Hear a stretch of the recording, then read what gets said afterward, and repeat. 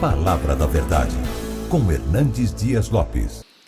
Eu quero convidar você para abrir sua Bíblia comigo, por gentileza, no livro de Apocalipse, capítulo 1, verso 1.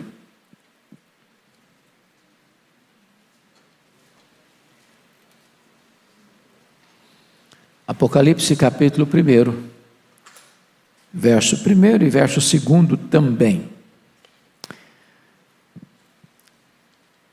Está escrito o seguinte: revelação de Jesus Cristo, que Deus lhe deu para mostrar aos seus servos as coisas que em breve devem acontecer, e que ele, enviado por intermédio do seu anjo, notificou a seu servo João, o qual atestou a palavra de Deus e o testemunho de Jesus Cristo, quanto a tudo o que viu. Irmãos, hoje eu não vou pregar um sermão, hoje eu vou dar um estudo, uma espécie de aula.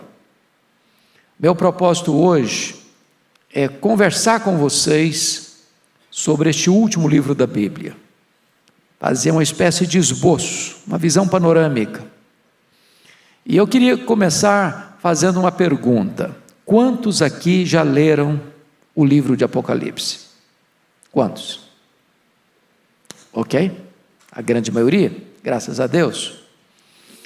Este livro tem sido um livro temido por alguns.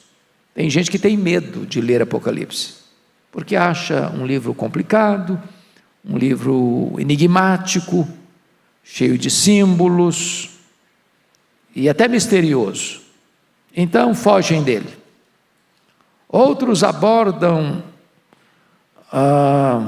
o livro de maneira tão enigmática que diz o seguinte: não, eu não vou ler esse livro porque fala de tragédia, e eu estou fugindo de tragédia, já basta a vida real, que eu estou vendo aqui e agora, não quero atrair mais tragédia para me trazer mais angústia e dor. E as pessoas então fogem do livro. Mas Apocalipse não tem nada a ver nem com coisa enigmática e nem com tragédia. Apocalipse, eu diria para vocês, que é a mais clara e eloquente filosofia de história que nós temos registrada. Apocalipse trata de um plano de Deus que é eterno, que é vitorioso, que ninguém pode frustrar, e que Deus está sentado no trono, que o Cordeiro tem o livro da história nas mãos, e ele venceu para abrir os selos deste livro, desatar esses selos e colocar a história nos trilhos e conduzi-la à sua consumação.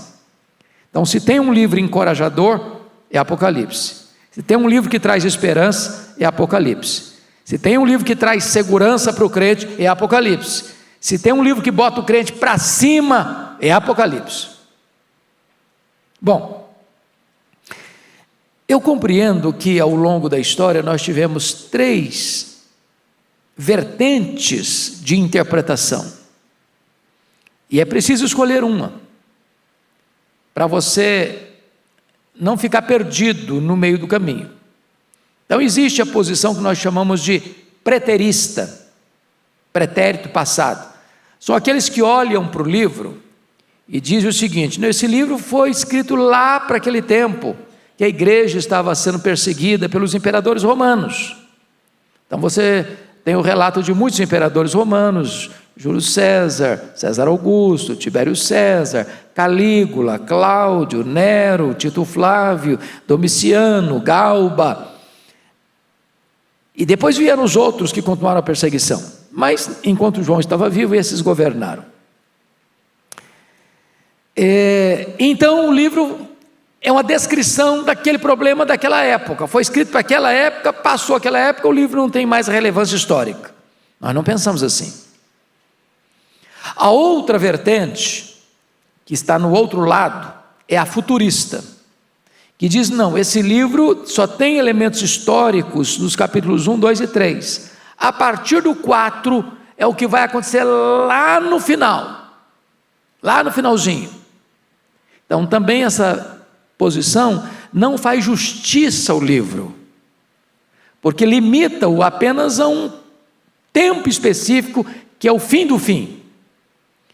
Qual é a linha que nós vamos seguir? É a linha histórica.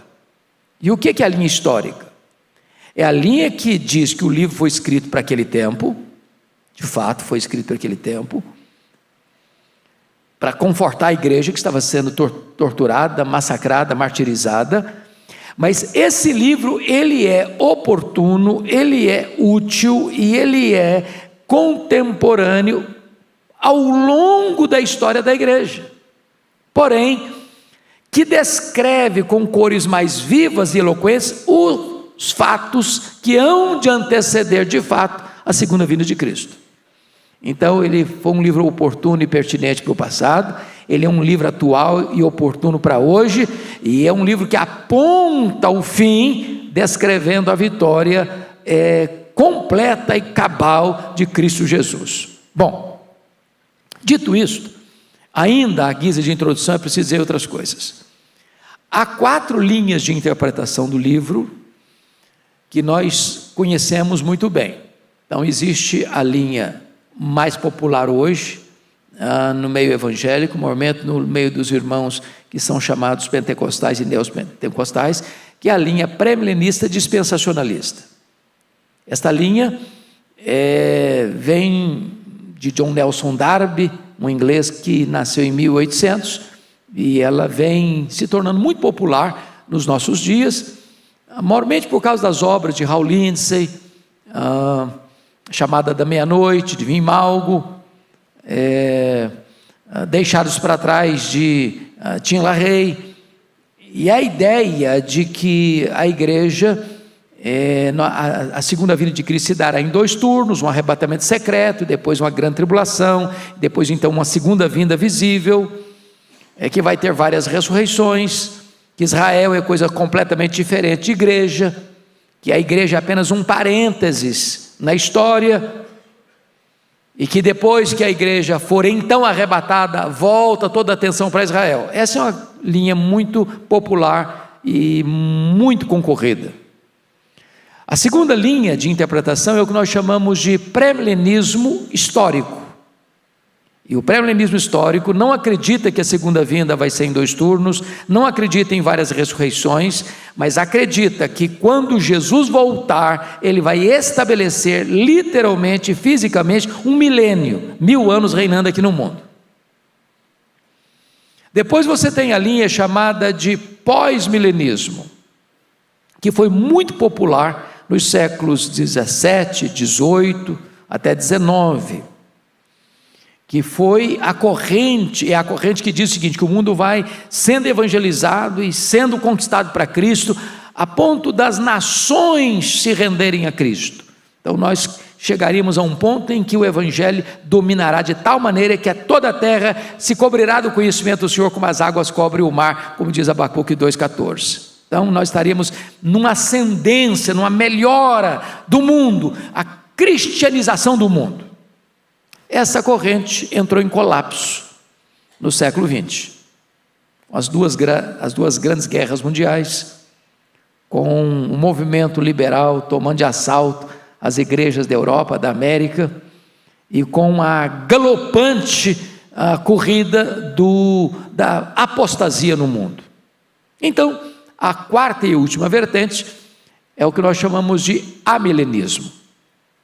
E a corrente amilenista não talvez fosse bem compreendida, porque o prefixo A é um prefixo de negação, e o amilenismo não nega a existência do milênio, mas interpreta o milênio não como literal, mas como simbólico, entendendo que o milênio é o período que compreende da primeira à segunda vinda de Cristo, que a segunda vinda de Cristo é única, que a segunda vinda de Cristo será visível, entendendo que quando Jesus voltar, a história fecha suas cortinas, e imediatamente Jesus volta, os mortos ressuscitam, os vivos serão transformados, e entra então a grande cena do juízo final, e então haverá novos céus, nova terra, e os condenados irão para a condenação eterna. É preciso dizer, para concluir, para a gente entrar naquilo que eu entendo que deva ser a vertente que nós vamos olhar hoje, que não é doutrina essas correntes. Então, você tem evangélico, crente, salvo pela graça, que é premilenismo dispensacionalista. Você tem crente salvo pela graça, que é premilenismo histórico. Você tem crente salvo pela graça, que é pós-milenista. E você tem crente salvo, que é amilenista. Então, ninguém pode dizer, não, se você é da corrente A, ou da corrente B, ou da corrente C, ou da corrente D, então você não é crente. Não, de forma nenhuma. O que é doutrina? O que é doutrina? Todos nós cremos a mesma coisa. O que é doutrina? Primeiro, Jesus vai voltar. Isso é doutrina, isso não pode mexer. O que é doutrina? É que os mortos vão ressuscitar. Isso não pode mexer. O que é doutrina? Que vai ter um juízo final. Ninguém pode mexer nisso. O que é doutrina? É que vai ter bem-aventurança eterna, o céu, e vai ter condenação eterna, o inferno. Isso é doutrina, não pode mexer. Agora, a igreja evangélica está dividida entre essas 4 correntes. Certo? Estou sendo claro com vocês? Ok, então vamos lá. Agora, eu vou seguir uma linha com vocês, é a que eu entendo ser a melhor, respeitando completamente os que pensam diferente, porque nós somos uma igreja evangélica brasileira e mundial que está dividida nessas 4 correntes, certo? Qual é, no meu entendimento, a melhor maneira de você estudar Apocalipse? Não é numa linha retilínea que começa do ponto 0 ao 100. Não, o que eu entendo deste livro, e a melhor maneira de entender esse livro, é que o livro de Apocalipse, deve ser interpretado com aquilo que foi chamado por William Hendrickson das seções paralelas e progressivas. Por que paralelas e progressivas? Porque o livro está dividido em 7 seções paralelas. Por que progressivas? Porque na medida que nós estamos chegando na segunda, terceira, quarta, quinta, sexta, 7ª sessão paralela, as coisas vão ficando mais claras, mais claras, mais claras, mais claras. A doutrina central em cada uma dessas sessões paralelas é a doutrina da segunda vinda de Cristo e do juízo final. Em todas as 7 sessões paralelas, essa verdade é eloquentemente posta. Então você vai e volta, vai e volta, vai e volta. Cada sessão paralela dessa compreende o período inteiro, da primeira à segunda vinda de Cristo.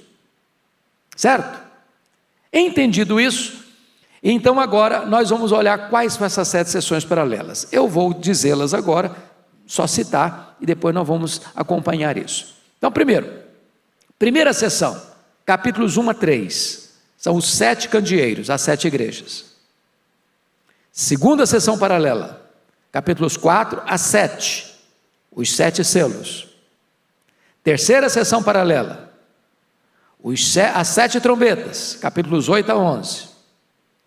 Quarta sessão paralela, capítulos 12 a 14, o levantamento do quarteto do mal, capítulo 12.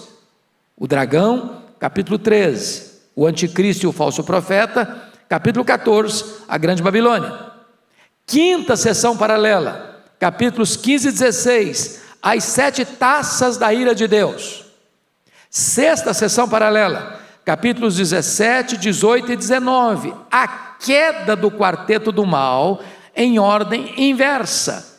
Cai a grande Babilônia, capítulos 17 e 18, capítulo 19, cai o anticristo e o falso profeta. Última sessão paralela, capítulos 20 a 22. No 20 você tem a cena do juízo final, você tem o reinado das almas, no chamado milênio, e você tem em seguida a cena do juízo final, onde então o diabo é lançado no lago do fogo. Segundo, a morte é lançada no lago do fogo. Terceiro, aqueles que não têm o nome escrito no livro da vida são lançados no lago do fogo. Então, todos os inimigos estão debaixo dos pés do Senhor Jesus. E aí abre a cena, novos céus e nova terra. Então, é fácil de guardar. Vocês são... É tranquilo, isso aqui, mamão com açúcar com vocês. 7 candeeiros, 7 selos, 7 trombetas, quarteto do mal, 7 taças da ira de Deus, queda do quarteto do mal e a cena final do milênio, reinado das almas no céu, o juízo final, novos céus e nova terra. Dito isso, com a Bíblia aberta comigo, vamos a estas 7 sessões. Então a primeira sessão são os 7 candeeiros, são as 7 igrejas, certo? Então João está lá, no livro, lá na ilha de Patmos, a ilha da morte, é uma ilha onde havia uma espécie de colônia penal, onde as pessoas eram levadas ali para morrer, e João então tem a revelação, o Senhor Jesus glorificado aparece para ele, manda ele escrever em livro, mandar às 7 igrejas, e então ele tem uma visão, a visão destas 7 igrejas, os 7 candeeiros.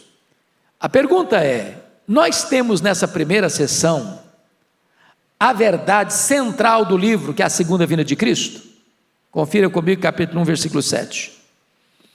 Eis que vem com as nuvens, e todo o olho o verá, até quantos o traspassaram, e todas as tribos da terra se lamentarão sobre ele, certamente, amém. A segunda vinda é o quê? Visível, todo o olho o verá. Não há nenhuma palavra aqui de um arrebatamento secreto, onde nós estamos aqui no templo, daqui a pouquinho, acontece o arrebatamento, 50% vai embora, 50% fica olhando por que está acontecendo.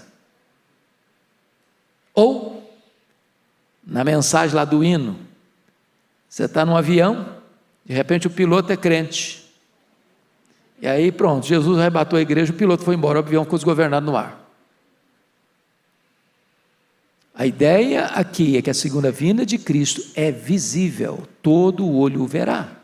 Ela é visível, ela é audível, porque é o clangor da trombeta, ela é repentina, como um relâmpago, ela é inesperada, como um ladrão, ela é inescapável, como uma mulher grávida, e ela é vitoriosa. Todo o olho verá, até aqueles que o traspassaram.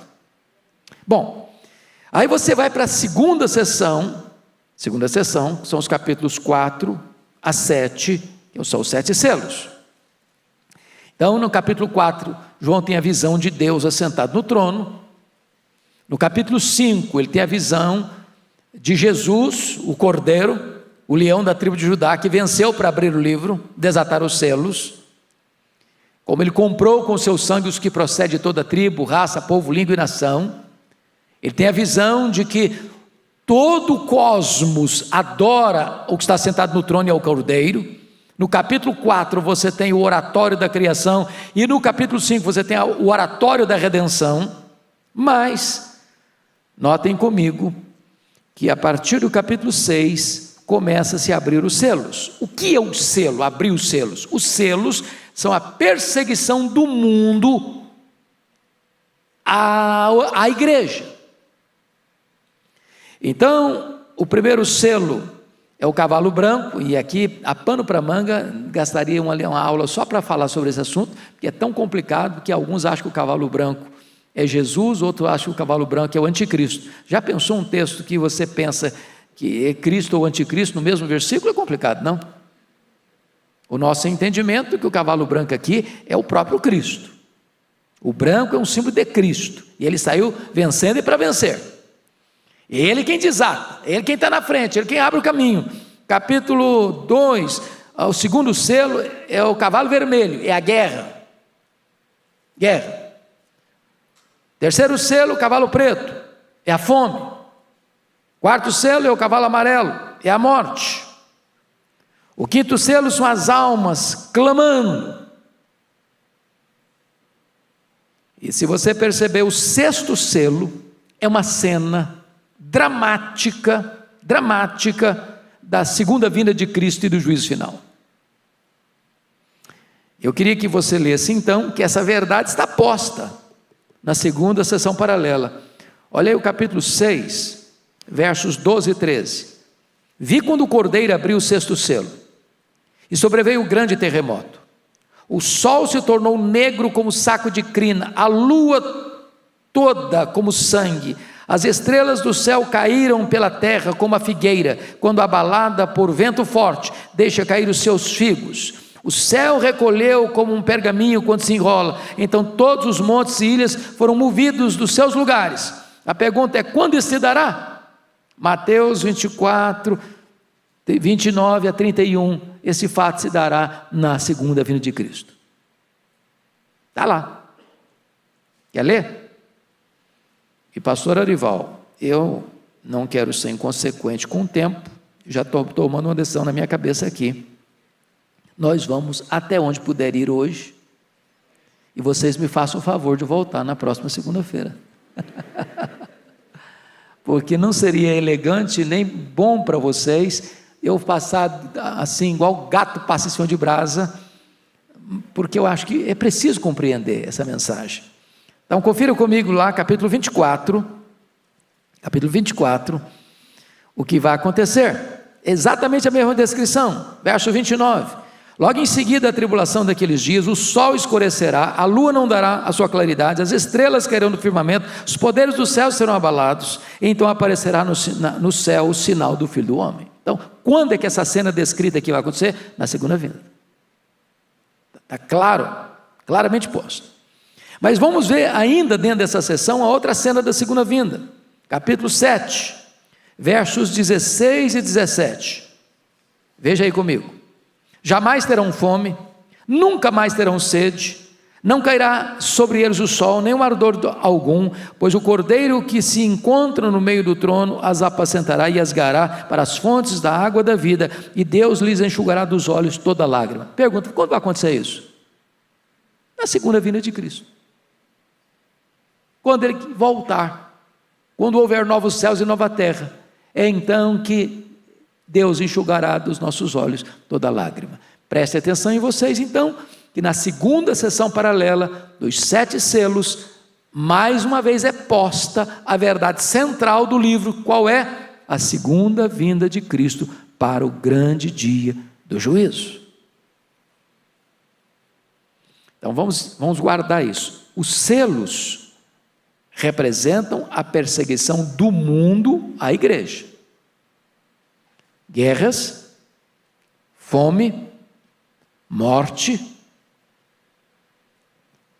a igreja sendo perseguida, e então vem Jesus e exerce o seu juízo sobre o mundo, julga o mundo e livra o seu povo. Vamos à terceira sessão paralela, que é capítulos 8 a 11. E a terceira sessão paralela são as 7 trombetas. Trombeta é um instrumento não só de música, mas de aviso, de alerta, onde os guardas ficavam em cima dos muros, e quando via a chegada de um inimigo, de um perigo, de uma ameaça, tocava a trombeta, o povo era alertado. O que representa isso? As 7 trombetas, vocês vão perceber, se os selos foram a perseguição do mundo à igreja, as 7 trombetas são o juízo parcial de Deus a este mundo que perseguiu a igreja. Preste atenção na palavra parcial, porque você vai ver um terço. Por quê? Porque quando Deus traz o juízo, Ele está alertando os povos, os homens, para se voltarem para Ele. Ou seja, Deus nunca mandou um juízo sem antes alertar. Deus não pega ninguém de surpresa, não fomos alertados e chegou o juízo. Não, Deus manda o alerta, Deus toca a trombeta, diz: olha, vai acontecer, se arrependa, é tempo ainda. Então vamos ver. As trombetas vão cair, preste atenção nisso. Na primeira trombeta é atingida a terra, a segunda trombeta atinge o mar, a terceira trombeta atinge os rios, a quarta trombeta atinge o sol, a lua e as estrelas, ou seja, os astros. A quinta trombeta atinge os homens. Agora vamos entender uma coisa aqui, irmãos. Às vezes nós atribuímos as coisas a fenômenos apenas naturais. Então preste atenção: terremotos, 1/3 da terra atingido. O mar, 1/3 atingido. Os rios, 1/3 atingido. Sol, lua, estrelas, 1/3 atingido. Às vezes você olha o terremoto, deu um terremoto tal, maremoto, fenômenos nos astros, secas severas, aquecimento do planeta, fatos que você olha e diz, não tem nada a ver. São trombetas de Deus. Trombetas de Deus. E Deus está alertando a humanidade. Volte para mim, volte para mim, volte para mim. Quando você vê a quinta trombeta, João tem a visão de um poço, né? É o poço do abismo, e ele vê uma estrela caída do céu na terra, e dada a essa estrela caída na terra, que é o diabo, a chave do poço. E que é impressionante, porque esse poço, de onde saem os gafanhotos, que na verdade não são gafanhotos, são demônios. Tem cara de homem, tem cabelo de mulher, tem dente de leão, tem cauda de escorpião. E esses demônios foram enviados não para destruir a vegetação, mas para atormentar os homens. Os homens não vão morrer, eles vão ser atormentados. E é muito curioso isso, porque a descrição que ele faz, o livro de Apocalipse é um livro simbólico, não dá para você desenhar isso. Se você for botar um desenho assim, cabeça de homem, aliás, não é isso não, aspectos dos gafanhotos era semelhante a cavalos preparados para a peleja na sua cabeça. Então, cabeça de cavalo, rosto de homem, cabelo de mulher, dente de leão, couraça de ferro, cauda como escorpião. Bota isso num desenho, só vira um bicho muito esquisito, né? Mas essa não é a ideia. A ideia é que esses demônios, esses seres malignos que saem desse abismo, eles têm todas essas características. Que características? Rosto de homem, inteligência. Cabelo de mulher, dentro dos cultos pagãos da época, sedução sexual. Dente de leão, destruição. Couraça de ferro, eles são irresistíveis. Qual o papel deles? Atormentar os homens. Vocês acham que nós vivemos numa população mundial atormentada? Desesperada? Vazia existencial? Angústia? Ansiedade, medo, depressão, confusão mental, perturbação de toda ordem? Agora, se você perceber a sexta trombeta, é pior ainda. É pior ainda. Porque agora, versículo 15 do capítulo 9, diz que foi dado ordem para que matassem a terça parte dos homens. Agora é morte, não é só tormento. O que Deus está fazendo? Deus está exercendo o seu juízo parcial, porque é um terço, ao mundo que perseguiu a igreja. Então aqueles que atacam a igreja não ficarão impunes, já aqui, pelo menos parcialmente. E desta maneira então, você pode fazer agora a pergunta: temos nesses capítulos das 7 trombetas, que compreendem os capítulos 8 a 11, a questão da segunda vinda de Cristo? Essa doutrina está posta aqui? Porque, preste atenção que são sessões paralelas, e o ponto é, em cada sessão paralela, a verdade central do livro é posta. Qual é a verdade central do livro? A segunda vinda de Cristo, e o juízo final. Então vamos ver aí. Dá uma olhadinha comigo, no capítulo 11, na 7ª trombeta, o que está acontecendo.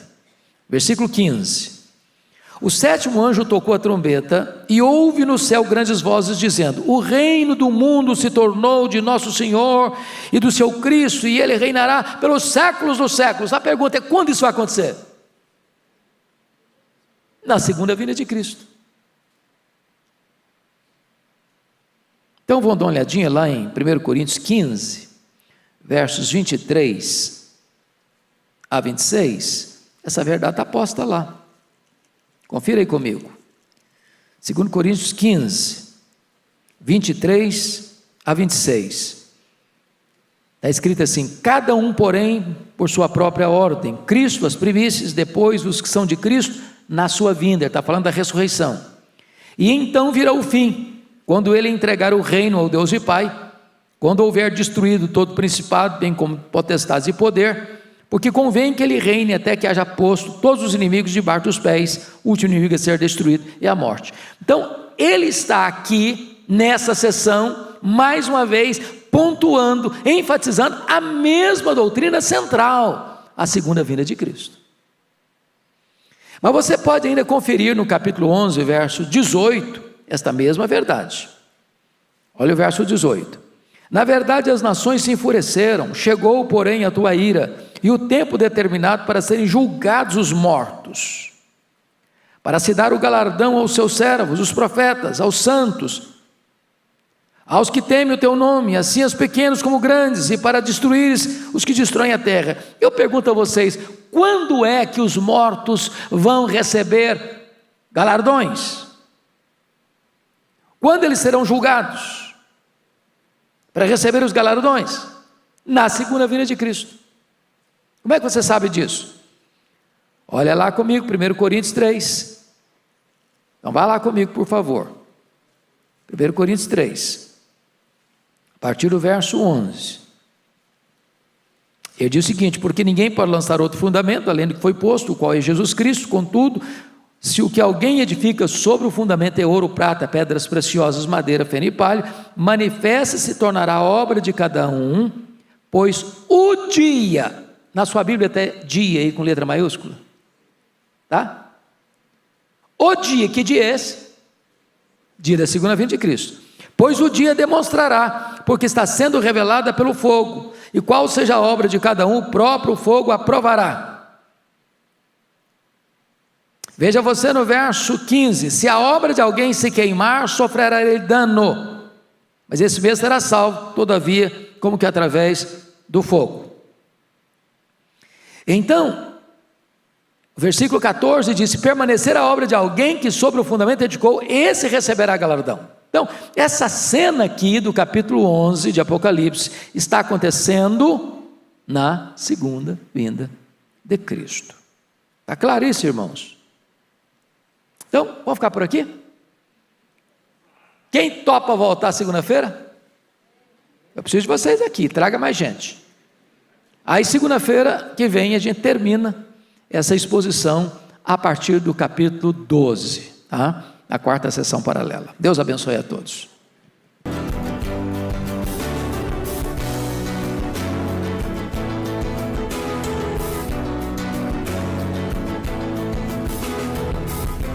Palavra da Verdade, com Hernandes Dias Lopes.